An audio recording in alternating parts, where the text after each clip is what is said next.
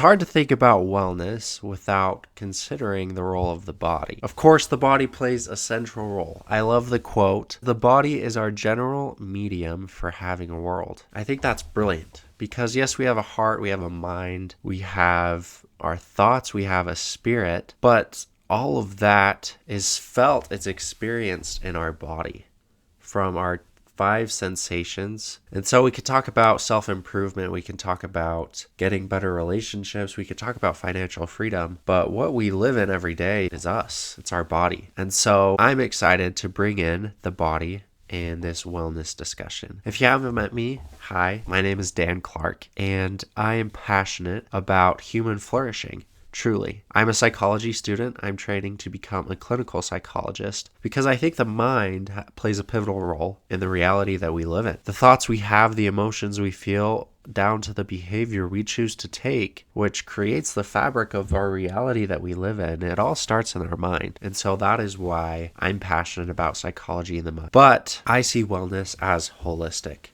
Mind, body, soul, and success. And so today we're talking about body. And I'm going to lay into you exactly the framework of how I'm approaching body in terms of wellness. I approach body as a consumer. And so everything that I'm doing to become well in my own personal body, I'm going to share with you guys. Just a few months ago, I was working at the state hospital in the mental facility where I interacted with and worked with people suffering from extreme psychopathology. Things like schizophrenia, multiple personality disorder. And I was honestly shocked at the level of functioning that is reached by those people, the low level of functioning, because it gets to a really sad point that the point of function and thriving is very limited. And so that gave me a very deep, profound respect and reverence for the body because we have our potential, we have the ability to be happy, to make relationships, to create and build beautiful things in our life. And I don't think that we pay enough attention to the mediums that enable that allow that to happen, and that is the body. Because those beautiful people I worked with, they have mind, they have heart, they have potential to create beautiful things and be happy, but their mind is so limited, and that affects their whole existence in a very negative way. Sometimes we don't appreciate the things we have if we don't understand the gift that they really are. And that experience of working at that hospital reminded me of just what I have. In short, every function of mind and emotion depends on physical symptoms. Cognitive focus relies on blood flow, oxygen, and neurotransmitter regulation. Emotional stability links directly to nervous system balance and hormonal health. And so neglecting the body in any way, it's a system. And that leads to predictable breakdowns in every other domain of life. And so we're trying to understand these systems and then create measures in our own life that we can abide by every day to keep those systems fully functioning in great health. And there is a physiological and psychological connection in this way, that the emotions we feel, the thoughts we have are directly tied to our physiological health. And that is the biggest connection. And so if you want to be happier, if you want to be more successful, there's a role that the body plays. Cicero has the quote, he says, "It is exercise alone that supports the spirit and keeps the mind in vigor." And I feel that. I study the mind. I'm a deep thinker, and sometimes my brain hurts just by how much I think. And sometimes I can't think out of problems. Answers aren't the ones you need to fix yourself. Sometimes you have to just eat a good meal or go to the gym. It's things that your body needs. And so physical wellness, to me, it's not optional. It's a prerequisite for everything else I strive for in life. If I want to be successful, if I want to be happy, if I want to have good relationships, I can't do that without my physical health. Health is wealth in that. And so you can think of the body as the operating system that runs everything else. And so those last 5 minutes were for you to understand what role the body plays, to give you a different perception of your body health, because a lot of us have negative perceptions. We don't like our body, we're not healthy enough, we don't have good relationship with food or our self-image. And so I want you to become aware of how you currently perceive your body and then try and realign with this simple approach to see your body as the operating system that will allow everything else in your life that you want to be able to come to fruition. So instead of going to the gym as a guilt trip,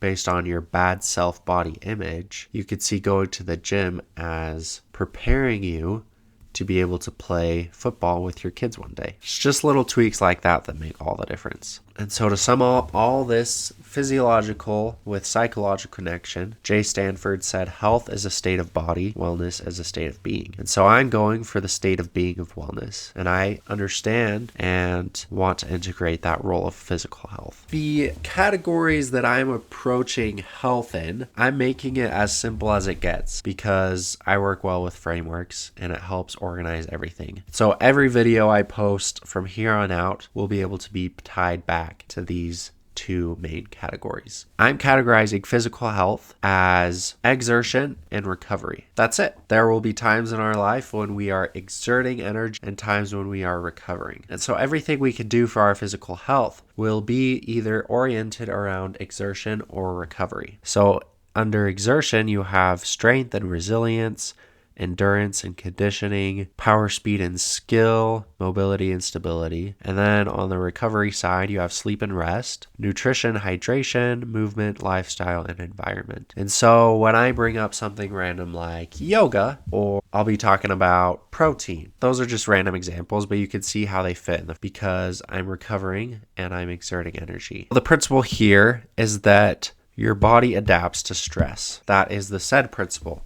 Specific adaptation to impose demand. Muscles grow when challenged. The cardiovascular system becomes more efficient under aerobic load. The nervous system coordinates faster under skilled repetition. The process flows for every sequence. And so, exertion is applying purposeful stress. Stress is not a terrible thing. It can be a great thing, and it is necessary in our lives. And so when we talk about exertion, we're talking about the stress that is helpful, that purposeful stress of going on a run, lifting heavy weight, or doing some basketball drills, or playing the piano. You're training your body in order to become better. And so these are some main categories that I'll be going into that I'm actually learning about myself because I'm a wrestler. I've lifted for a lot of years.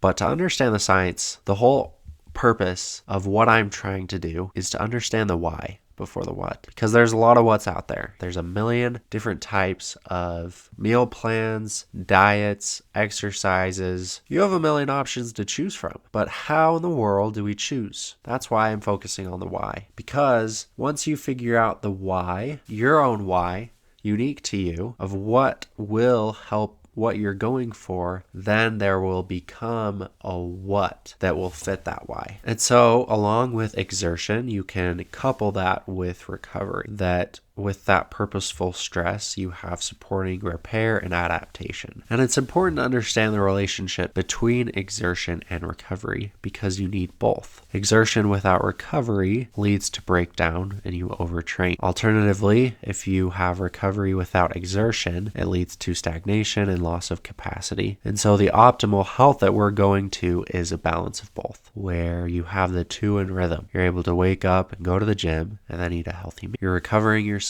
after exert. There's a quote from Buddha. Love that it's from Buddha, but hey, if it's a good quote, it's a good quote. It says, to keep the body in good health is a duty. Otherwise, we shall not be able to keep our mind strong and clear. In summary, I want you to take a look at your own relationship with your body and know that I'm here with you as a person who struggles, that no one's relationship to their body, no one's body is perfect. But when we approach it as a medium, as something that enables all the rest of the things we enjoy, I think it can be beautiful. And like I said, what we have is a gift. And whether you're on the couch right now paralyzed, or whether you have the ability to get up and walk and go outside and smell the fresh air, both of those circumstances are gifts. And it's not about having more or having less. It's about appreciating what we do have and reaching our full potential. And so I hope that you'll follow me in this wellness journey. I'd love your feedback and I'd love your input of what I should research, what you'd love to learn about. It's a cool opportunity to be able to have our survival needs met and be able to go a next step further of being able to thrive. And the goal is simple. With that exertion recovery framework, we are going to apply purposeful stress and purposeful recovery, ultimately to understand and manage that stress recovery cycle of our own body. day in and day out. I'll be here for you guys. I'm super passionate and excited about this.